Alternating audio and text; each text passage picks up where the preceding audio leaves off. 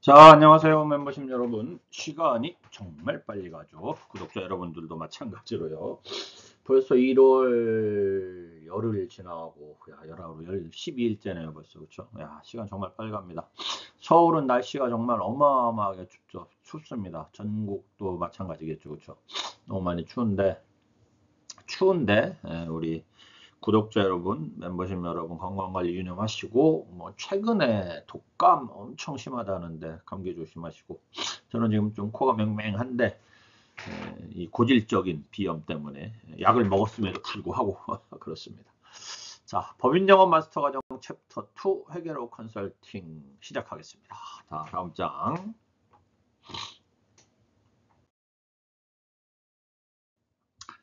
자, 파트 1 회계를 모르면 경영하지 마라. 공격적인 제목 썼다고 말씀드렸고 오늘은 우리 회사는 좋은 회사인가 파트 2번째. 지난번 동영상이요 2번째입니다. 다음 주에는 경영의 언어 회계는 알고 사업하자예요. 자, 넘어갈게요.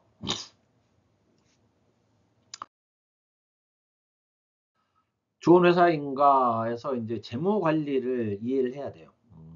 이게 좀 어려워 보이시겠지만 뭐 내가 법인 컨설팅에서 회계 컨설팅이라든가 기타 컨설팅을 조금 더 잘해보고 싶다. 이러시다면, 차분히 쫓아오시면, 지금 이게 강의 슬라이드가 한 120, 30장 될 거예요. 총. 그러니까 120페이지 정도 되는 책을 읽는 거죠.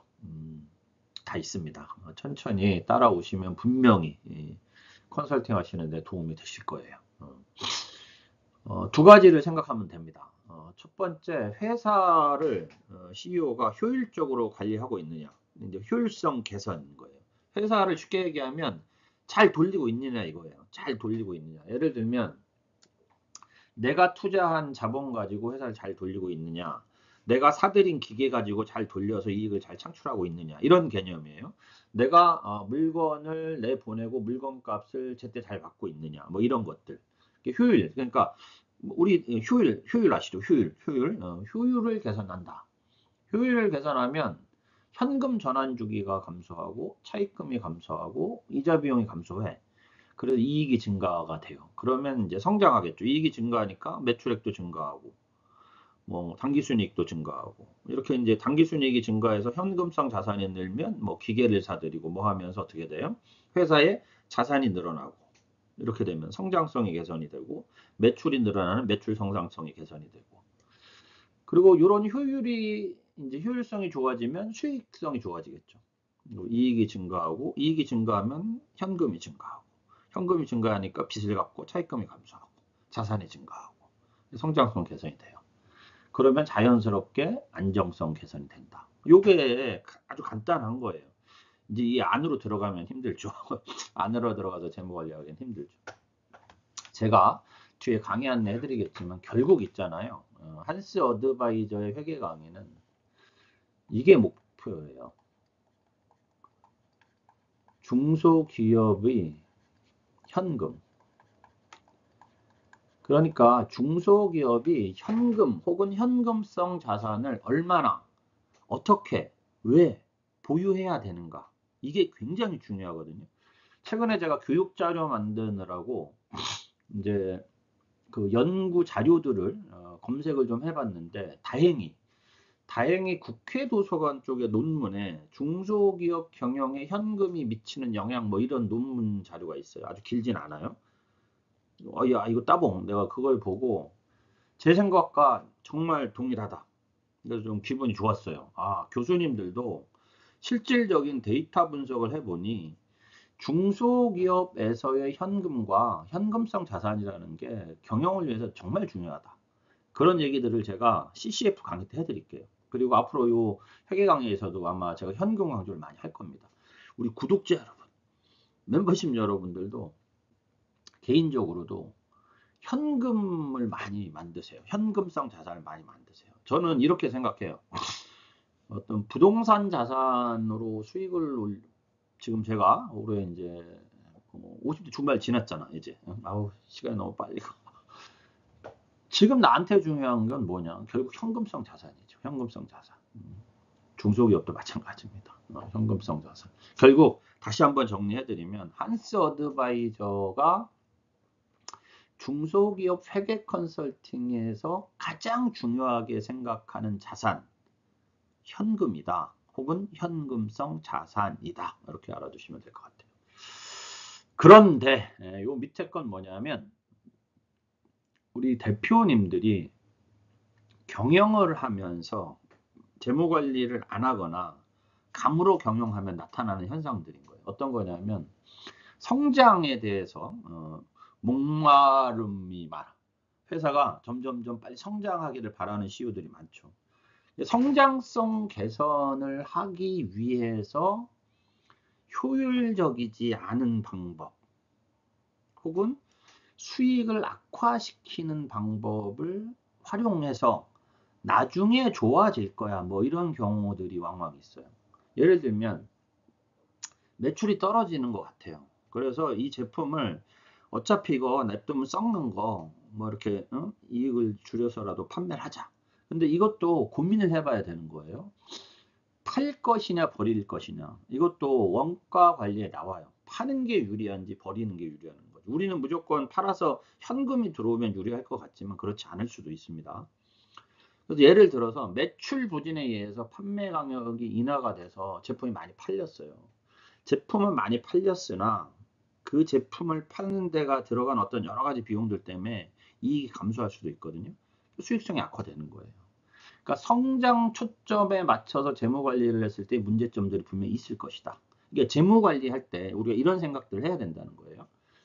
차입금을 증가를 시켜서 이게 자산이 좀 커야 돼. 회사가 커 보이기 위해서 뭐 땅도 사들이고 뭐 건물도 짓고 이런 필요도 있을 수 있죠. 이런 거예요. 예를 들면 어떤 컨설팅 회사가 있는데 이 컨설팅 회사에 고객이 방문을 해서 컨설팅을 듣는데 CEO가 이 정도 인테리어를 가지고는 뭐 방문 고객들이 그렇게 뭐랄까 뭐 컨설팅 계약을 한다든가 이럴 확률이 좀 낮아 보여서 상당 규모의 비용을 들여서 아주 고급진 인테리어를 했어요. 그럼 돈을 빌려다가 했어요. 그러면 그 인테리어 비용이 자산이 증가한 거잖아요. 그렇죠? 자산이 증가를 했어요. 그래서 어떤 이익이 더 많이 났다 그러면 좋은데 그렇지 않으면 차입금을 가져다가 인테리어를 했어요. 그러니까 이자 비용이 증가하고 부채 비율이 증가하고 그런데 수익은 더 나질 않아. 뭐 동일해. 이렇다고 하면 수익성이 악화된 거예요. 왜? 이자 비용에 대한 비용이 나가면서 당기순이익은 줄어들었을 테니까. 극단적인 예예요. 이럴 수도 있다라는 거죠. 그래서 성장 초점의 재무 관리를 할 때는 정말 효율과 수익에 대한 이 면밀한 분석을 하고 나서 진행되어야 한다. 그러니까 우리가 그런 거예요. 미래의 기대 이익 을 판단하기가 어렵잖아요. 그렇죠? 미래의 기대이익을 판단하기가 어려우니까 그 미래 기대이익을 위해서 투자를 하거나 무엇이언가 어떤 행위를 할 때 재무관리 측면에서 조금 더 면밀하게 검토하고 계획을 세우고 해라. 이런 말씀을 드리고 싶은 거예요, 저는. 그 다음에 뭐 안정성 개선, 예를 들면 비율 맞추기 하는 거죠. 뭐 매출 채권 재고 자산이 증가하면 일반적으로 유동 비율이 줄어들 거잖아요. 그렇죠? 그 다음에 이제 매입 채무가 증가한다. 이건 무슨 소리냐면 부채가 증가하는 거예요. 이게 이런 일이 생기는 거예요. 현금이 안 도니까. 자, 매출 채권하고 재고 자산은 증가해서 그 회사의 유동 자산은 증가하거든요. 근데 중요한 건 뭐냐면 얘가 안 들어오는 거야. 현금이 안 들어오니까 얘도 갚기가 어려워지는 거예요. 그래서 같이 이렇게 늘어나는 거지. 그러니까 현금 전환 주기가 한 달 이렇게 짧은 기간 내에 계속해서 현금이 운전자분이 돌아가야 되는데 이게 자꾸 이게 무주해지는 거예요. 그러면 우리가 얘기하는 돈맥 경화가 온단 말이야. 돈맥 경화라는 게 와요. 그래서 어떻게 돼? 흑자부도 난다. 효율이 악화된다. 이런 일들이 생길 수 있다.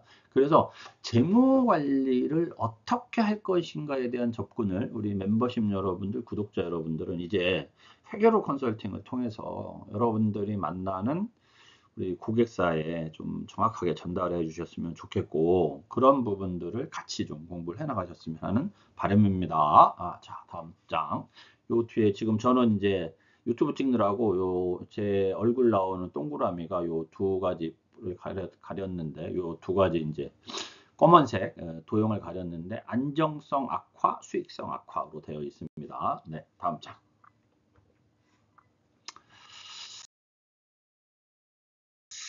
자, 그리고 이제 좀 이런 버릇을 좀 들였으면 좋겠다. 추정 재무제표를 좀 만들어서 올해는 우리 회사가 자산이 얼마나 증가하고 수익이 얼마나 증가하고 이런 것들을 좀 했으면 좋겠다. 이런 개념이에요. 그러니까 재무제표는 이런 거예요. 과거, 현재, 미래인데 우리 현재까지는 알잖아요. 그러면 과거와 현재 시점의 재무제표를 토대로 해가지고 미래의 추정 재무제표를 만들 수 있는 거거든요. 그러니까 재무 상태를 보고 재무 상태표를 만드는 거고, 손익 현황 가지고 손익계산서 만드는 거고, 현금 흐름 가지고 현금 흐름표를 만드는 거죠. 근데 우리가 회사를 보는 세 가지 지표, 효율성, 수익성, 성장성, 안정성. 뭘 보는 거냐? 효율성, 매출 채권 회전율, 재고자산 회전율, 매입 채무 회전율, 뭐 총자산 회전율, 자기자본 회전율. 그 다음에 우리가 뭐 총자산 대비 이익, 자기자본 대비 이익, 여러분들 그 주식 하시는 분 잘 아시잖아. ROA, ROE 뭐 이런 것들.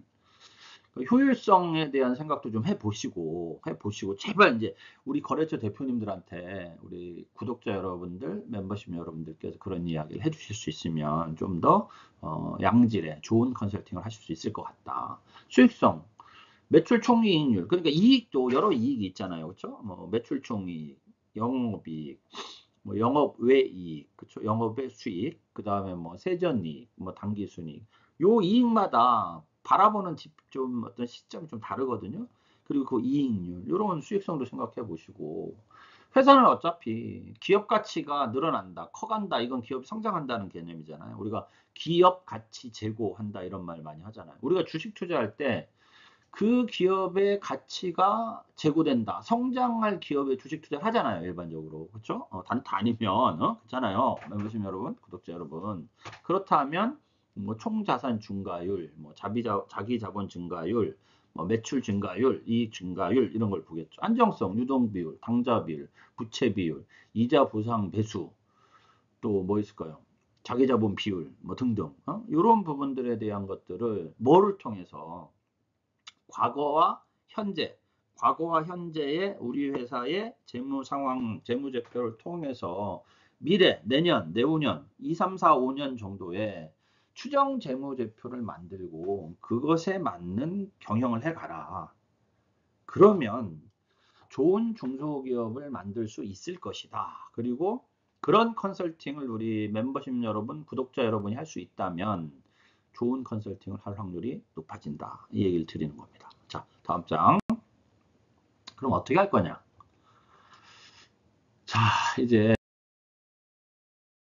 회계 경영을 시작해 보시죠, 우리. 그걸 이제 PDCA 경영이라고 있는데, 이건 뭐 제가 뭐 지은 말이 아니고 관리 회계에 나오는 말이에요. 그래서 일부 재무제표 책자에 보면 PDCA 경영 관련 내용들이 많이 있습니다. 플랜 두 체크 C, CA.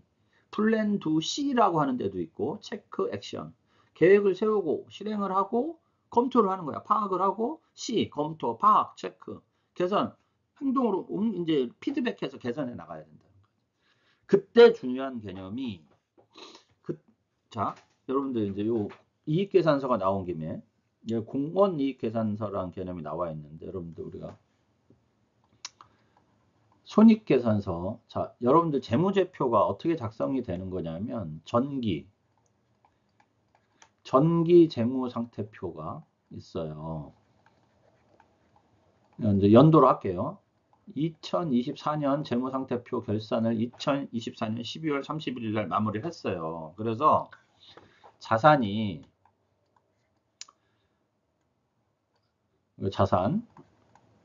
자산이 100억이 됐고 부채가 50억이고 내 자본이 50억이에요. 그래서 자 2025년 뭐 2026년 쭉쭉쭉쭉 추정 재무제표를 3년 5년치 만들어 놓으면 좋지만 그게 힘들다면 녹색으로 요때 목표가 있을 거 아니에요. 자산을 120억을 만들고 부채를 10억을 줄여서 40억을 만들고 그러면 자본은 얼마예요? 120억 뒤에 80억이면 80억이야. 그러면 얼마의 이익이 나야 되냐 이거예요. 그래서 여기에 손익계산을 만들게 되는 거잖아요. 그렇죠? 요 손익계산서, 이 손익계산서에 의해서 전기재무상태표에서 후기 재무제표가 나오는 거예요. 손익계산서 개념. 그럴 때 손익계산서, 우리가 만나는 재무회계상의 손익계산서가 아니라 경영을 위해서 필요한 이익계산서는 뭐냐면 공헌이익계산서예요. 요걸 토대로 해서 기업가치 성장을 위한 관리를 해나가라. 그리고 우리 회계로 컨설팅에서 공부해야 되는 내용들은 이런 내용들이다. 제가 이렇게 말씀드리는 겁니다. 매출이 100억이 발생을 목표를 자, 이 회사가 지우고 자, 여기 요 회사가 작년에 매출액이 100억이라고 할게요. 그런데 요렇게 만들기 위해서는 예를 들면 뭐 150억의 매출이 필요해요. 요 재무제표, 재무상태표가 되기 위해서. 그러면 매출액 목표 150억, 변동비 70억. 매출액에서 변동비를 뺀 걸 우리가 공헌이익이라고 그러거든요. 이게 이제 80억이고, 이 중에 내가 이 150억 매출을 하는데 우리 회사는 고정적으로 40억의 고정비용이 들어가요. 그래서 영업이익이 40억이 나. 이걸 이렇게 계획을 짜라는 거예요. 계획을 짜라는 거예요. 그렇기 위해서는 원가, 조업도 뭐 이거를 그냥 일종의 좀 쉽게 이게 정답은 아니에요. 다양하기 때문에 조업은 생산성이라고 할게요. 인당 생산성, 1인당 생산성. 1인당 생산성은 지금 뭐 현재 1억인데 뭐 5억이라고 합시다. 그래서 종업원이 20명이야. 그런데 1인당 생산성을 7억으로 끌어올려야 돼. 그러기 위해서는 어떤 그 경영 활동을 해야 되겠죠. 그렇죠? 그리고 이런 것들을 분석하는 거. 이거를 계획 공헌 이익 계산서. 발음이 어렵네. 공헌 이익 계산서, 계획 공헌 이익 계산서를 만들고 이제 만들었으니까 올해 한 2025년도에 계획 공헌 이익 계산서를 만들었어요. 실행을 해봤어. 그랬더니 2025년 말에 됐더니 매출액이 140억이고 그럼 얼마예요? 계획 대비 마이너스 10억이고 변동비는 외려 매출이 줄었는데 75억으로 플러스가 됐고 공헌이익은 얼마가 되는 거예요? 65억이 되나요? 그렇죠. 65억이 되죠. 공헌이익도 15억이 목표 대비 마이너스 15억이 빠졌고 고정비는 그대로 뭐 40억 유지가 됐어요. 그럼 영업이익이 얼마예요? 25억. 목표 대비 15억이 빠졌잖아요. 그러면 문제는 여기서 그냥 딱 눈에 띄는 건 이런 건 보이잖아요. 그렇죠? 왜 매출이 줄었는데 변동비가 늘었지? 그러면 이런 거예요. 원가 배부가 잘못되었거나 아니면 원가가 올랐거나 뭐 여러 가지 혹은 원재료를 사들였는데 잘못된 원재료를 사들였거나 뭐 여러 가지 이유가 발생할 거죠. 실적도 집계해보고 이런 이제 실행 결과가 나오겠죠. 그러면 계획공헌 이익계산서랑 실적공헌 이익계산서를 비교해보고 달성 여부 여기 나온 대로 체크하고 원인 분석을 하는 거. 왜 차이가 발생했지에 대한 원인 분석을 하는 거예요.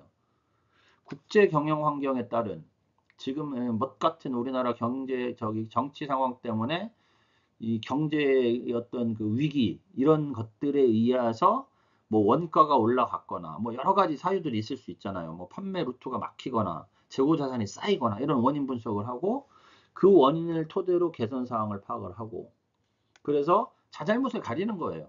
야, 구매부서에서 70억에 사들일 것을 니들이 관리를 잘못해서 5억이 원가 더 들어갔어. 그러면 구매부서는 디메리트를 주는 거죠. AHR 성과 개념에서 자 생산부는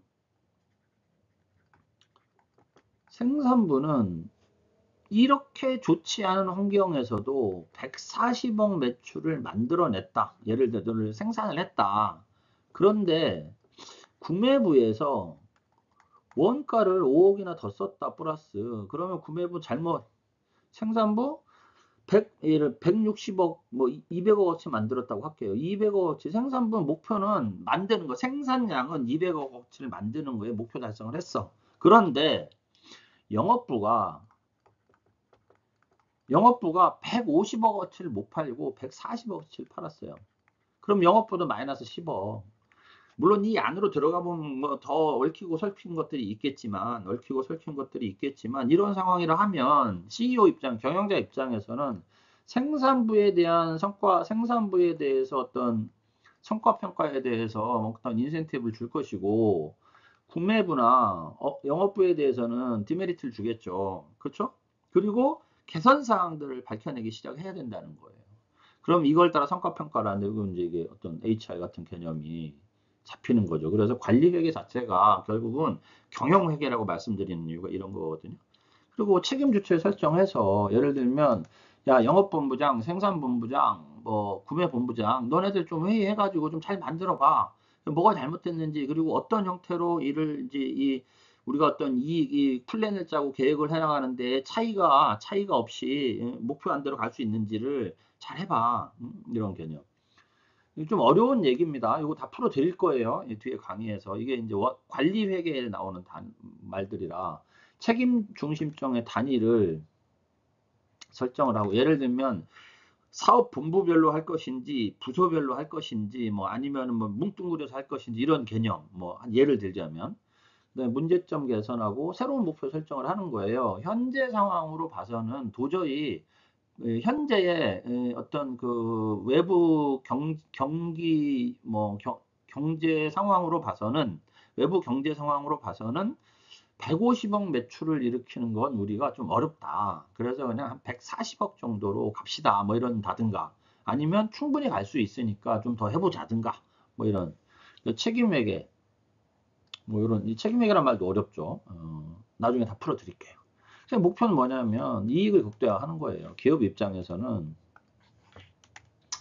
이익을 극대화하자. 그래서 자 정리해 드릴게요. 오늘 강의 여기까지예요. 자, 우리 회사의 재무 관리를 어떻게 할 것인지랑 계획을 짜서 추정 재무제표를 만들고 이 추정 재무제표를 완성해 나가기 위해서 PDCA 경영이라는 개념을 우리는 좀 생각을 해보자 이거예요. 그런데 지금 제가 여기서 이렇게 얘기하는 내용들이 법인 영업을 처음 접하는 구독자 여러분들에게는 매우 어려울 수 있습니다. 매우 어려울 수 있지만 제가 약속을 드리건데 이 강의를 조금씩 쫓아오시다 보면 이 개념이 분명히 이해가 되실 거니까 좀 한번 좀 잘 들어주셨으면 하는 바람이 있고 우리 멤버십 여러분들은 오랫동안 제 강의를 들어오신 분들이니까 뭐 어떤 그 좀 어려운 점이 있으면 언제든지 카톡 우리 대화방 있잖아요. 멤버십 방을 통해서 문의하시고 또 필요하신 내용들이 있으면 이런 부분들을 같이 논의해 볼 수 있도록 해보겠습니다. 자, 강의 일정을 좀 바꿔야 될 것 같아서 강의 일정 변경 안내랑 제가 그 CCF 강의 컨텐츠 소개를 좀 해드릴게요.